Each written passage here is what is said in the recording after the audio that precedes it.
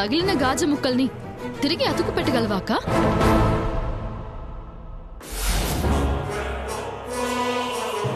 పెట్టలేవు.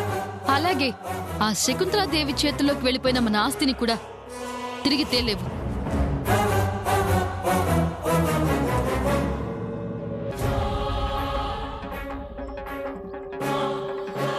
ప్రయత్నం చేస్తే తప్పే ఉంది దాక్షాయిని. ఆశకి సంకల్పం తోడైతే ఖచ్చితంగా సాధించొచ్చు.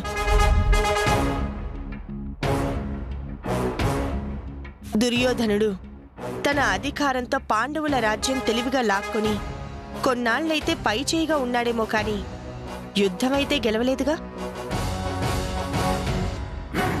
బా జోర్దార్ చెప్పిన చెల్ల నువ్వు. కౌంట్ ఇచ్చినంత మాత్రాన ఆట అయిపోలే. ఇప్పటి సంధి ప్రతి ఆట మనమే గెలవాలి.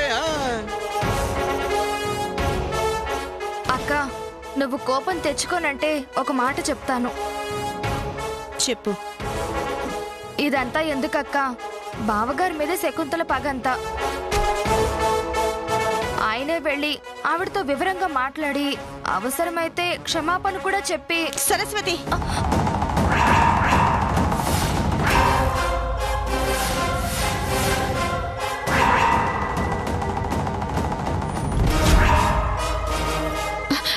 ఆవేశపడకక్క. కొంచెం కూల్గా ఆలోచించు. ఉన్నదంతా పోగొట్టుకుని పొలం పనులు చేస్తూ కష్టపడే బదులు క్షమాపణ చెప్పేస్తే అంతా బాగుంటుంది కదా అని సరస్వతి ఉద్దేశం, అంతే.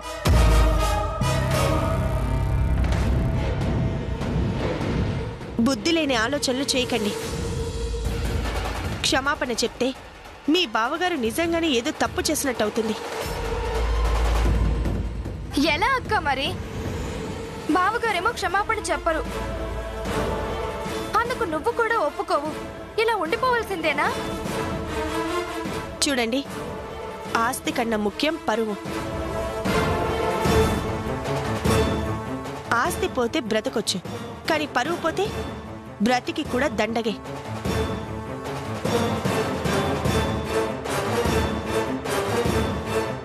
మీ బావగారు మళ్ళీ మొదటి నుంచి మొదలుపెట్టి పొలం పనులు చేసి తిరిగి ఈ స్థాయికి తీసుకొస్తారు. అవసరమైతే మనందరం ఆయనకి తోడుగా ఉండి కష్టపడదాం. అంతేకాని ఇలాంటి చచ్చు సలహాలు మాత్రం ఇవ్వకండి.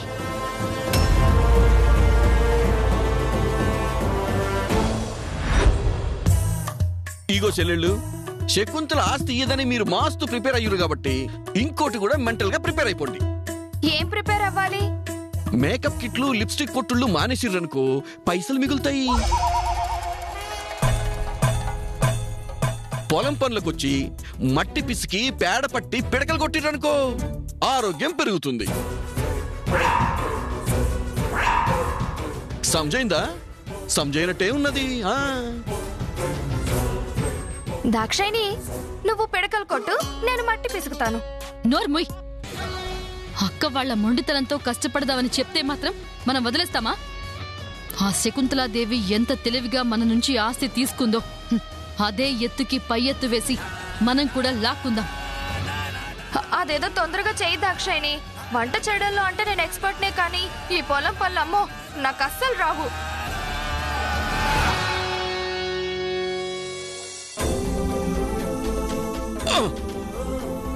బావా, ఇదేంది బావా? నువ్వు కౌలు కడిగింది పొలం కదా, ఇదేంది గిట్లున్నది? ముళ్ళు, తుప్పలు, చెట్లు. అబ్బే బాలే బాలే బాలే. అవునయ్య గారు, దీన్ని ఎలా సాగు చేయగలం? వెళ్దాం పదండి, ఇంకో పొలమేనా చూసుకుందాం. లేదు మారుతి, దీన్నే బాగు చేయాలి, ఇక్కడే సాగు చేయాలి. పదండి. ఈ తావు బా తుప్పలు బావా, తుప్పలు.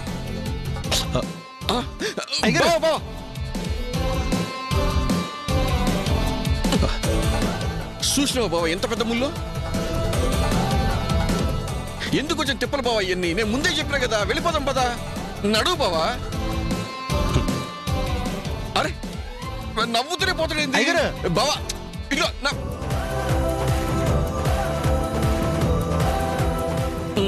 ఇదిగో ప్యాకెట్ గారు, ఆయన ఒకటి అనుకున్నారంటే మనం ఎన్ని చెప్పిన వినరండి, చేసే తీరుతారు. మీరు వెళ్ళి సాయం చేయొచ్చు కదా. నేను ఆ, భయపడక మారుతి, ఇటువంటి పనులు మన తాను అవ్వది. చల్లగా చెట్ల కింద కూర్చొని చల్ల తాగుతూ పత్తారు కొట్టుడైతే మన తాను అవుతుంది కానీ ఈగో ఇట్లా పొలం బాగు చేయడు, తుప్పలు తీయడు, బండలు తీయడు ఇట్లా మన తాను అవ్వది. ఓ పంజి నువ్వు పోయి పంజి. అయ్యో అయ్యే అమ్మగారు రోజు నెయ్యి ముద్దపప్పు వేసి పెడుతుంటే ఒళ్ళు బాగా సుఖం మరిగిపోయిందండి. బియ్యంలో వచ్చిన రాళ్లే తీయలేక అలాగే తినేస్తున్నాను. ఇంకా ఆరాలు నేనే తిస్తానండి, నా వల్ల కదా. చూడు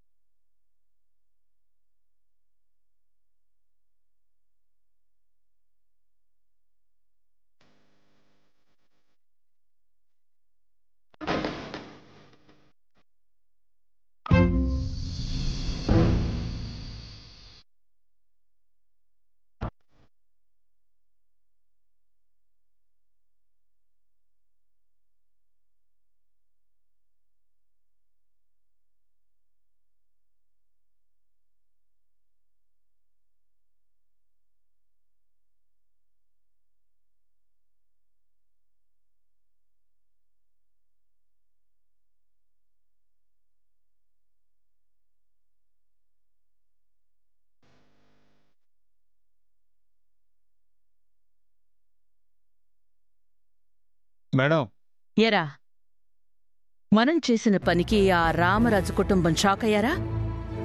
కష్టాలు కమ్ముకున్నాయని బాధపడుతున్నారా? కుటుంబం అంతా బిక్క చచ్చిపోయి ఉంటుంది. లేదు మేడం, వాళ్ళందరూ సంతోషంగానే ఉన్నారు. సంతోషంగా ఉన్నారా? అరే, ఆస్తి లాక్కున్నావు, ఇంకొద్ది రోజుల్లో ఇంటి నుంచి బయటికి గెంటేస్తాను, సాగుకు పనికిరాని భూమిని కౌలుకిప్పించాను, ఇంకెలా సంతోషంగా ఉంటారా? వాళ్ళంతా డబ్బు మనుషులు కాదు మేడం, ప్రేమను పంచితే మురిసిపోయే రకాలు మేడం. కలిసిమెలిసి ఉంటేనే ఆనందంగా ఉండే మనుషులు మేడం. మంచినీళ్ళు తాగైనా వాళ్ళు చాలా సంతోషంగా ఉంటారు మేడం. అంజీ!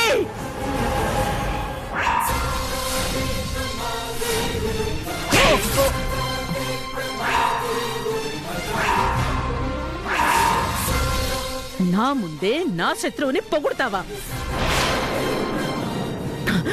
నా మనుషులే ఆ రామరాజుని వాడి కుటుంబాన్ని పొగుడుతున్నారంటే ఊరి జనాలకి వాళ్ళంటే ఎంత గౌరవం ఉండుంటుందో. నో, అలా ఉండడానికి వీల్లేదు. ఏ జనం ముందైతే నువ్వు పొగడతలతో నిండిపోతున్నావో అదే జనంతో నిన్ను చీకొట్టిస్తాను. నిన్ను సర్వనాశనం చేస్తాను రామరాజు.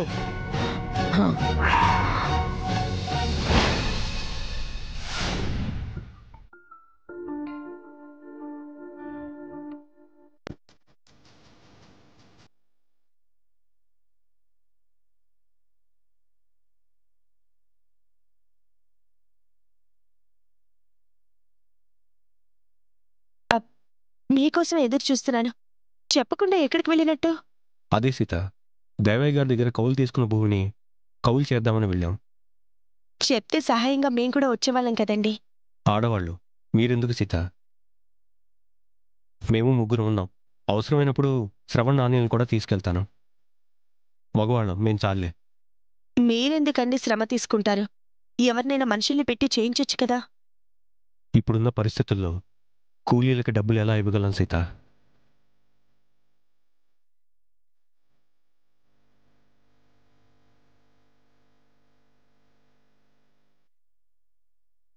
వద్దన్న వినకుండా మస్తు చాకరీ చేసిన చెల్లె. 10 మంది కట్టం తీర్చే మనిషి అంతలా కట్టపడుతుంటే చూడలేకపోయినమ్మా.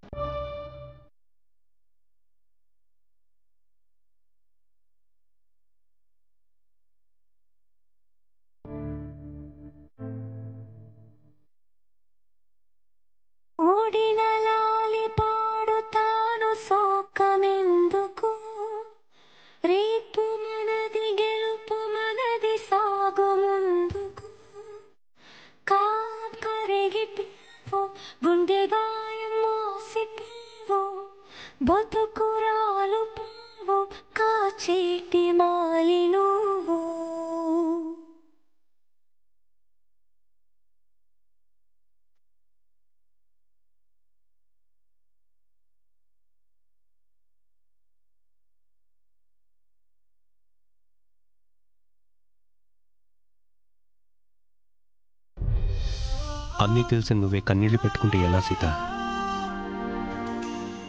మీరింత కష్టపడుతున్నారని కాదండి, ఆ దేవుడు మనకెందుకిన్ని సమస్యలు సృష్టిస్తున్నాడని బాధగా ఉంది. దేవుణ్ణి నిందిస్తున్నావా? లేదండి, ఏ జన్మ కర్మమో చేసిందంతా అనుభవించాం. ఇకనైనా ఊరటనివ్వమని వేడుకుంటున్నాను. బాధలో కూడా మంచినే వెతుక్కుంటున్నావా సీత? అప్పుడే కదండి ఏ చెడు జరిగినా ధైర్యంగా ఉండగలం. కాకపోతే మీ ఒక్కరి విషయంలోనే ఆ ధైర్యాన్ని కోల్పోతాను. అది కూడా మీకిలాంటి శారీరక శ్రమ కలిగినట్టుగా. నువ్వు కూడా మనవాళ్లలాగే పొలం పని మానేయమని చెప్దాం అనుకుంటున్నావా? భారమంతా మీరొక్కరే మోయకుండా మాకు కూడా పంచమంటున్నాను. మీరు చేసే పనికి తోడు తీసుకెళ్ళమంటున్నాను. మీరు ఏ పని చేసినా అండగా ఉంటానే తప్ప వద్దని నిరుత్సాహపరచనండి. అది నీ గొప్పతనం సీత. నీ తోడు కావాలంటే తప్పకుండా తీసుకెళ్తాను. మళ్ళీ మనకి మంచి రోజులు తప్పకుండా వస్తాయి సీత.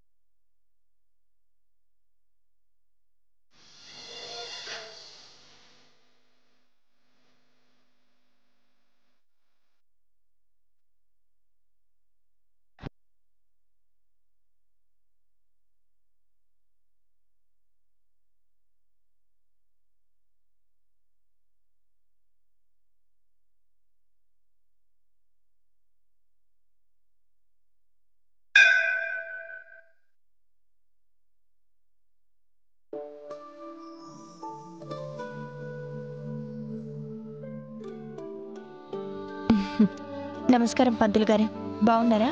ఆ దేవుడి ఆశీర్వాదం వల్ల బాగానే ఉన్నానమ్మా. రామరాజు గారు పెద్ద గండం తప్పి బయటపడ్డారని విన్నానమ్మా. ఏంటో మంచి వాళ్ళకే అన్ని కష్టాలు. జీవితం అంటే అంతే కదండి.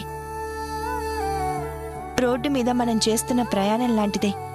మనం ఎంత జాగ్రత్తగా ఉన్నా వేరే వాళ్ళు అజాగ్రత్తగా ఉంటే మనకు కూడా ప్రమాదం తప్పదు. ఎంత కష్టం వచ్చినా చిరునవ్వుతో ఉండటం, గుండె దిటవు చేసుకుని ముందుకెళ్ళటం, అది నీకే సాధ్యం సీతమ్మ.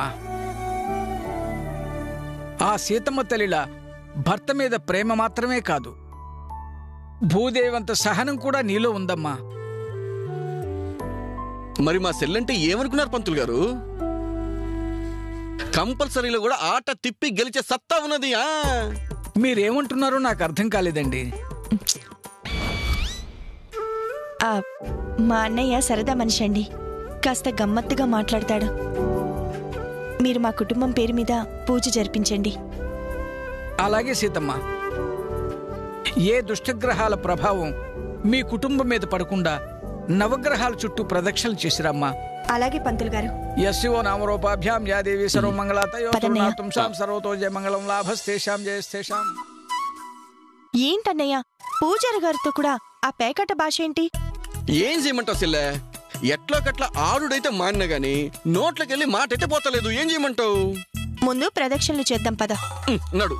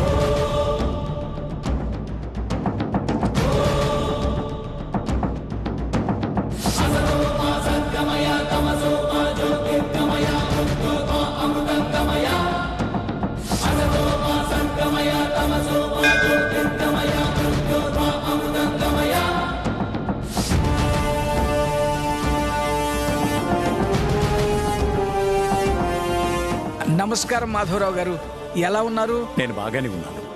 చాలా రోజులైందండి మిమ్మల్ని చూసి. ఈ ఊర్లో పొలాలు ఉన్నాయి కదా, ఒకసారి చూసుకుని వెళ్దామని వచ్చాను.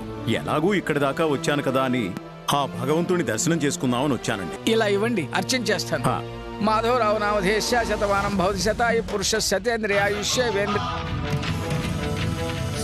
సర్వమంగళ మాంగళ్యే శివే సర్వార్థ సాధికే శరణ్యే త్రయంబకే దేవి నారాయణి నమోస్తుతే లక్ష్మీం క్షీర సముద్ర రాజతనయ.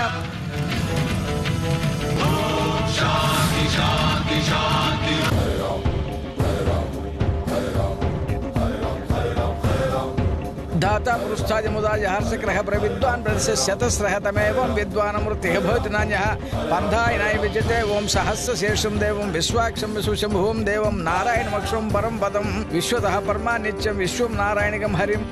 మాధవరావు గారు, ఈమె సీత గారు, భూపతి గారి పెద్ద కోడలు, రామరాజు గారి భార్య.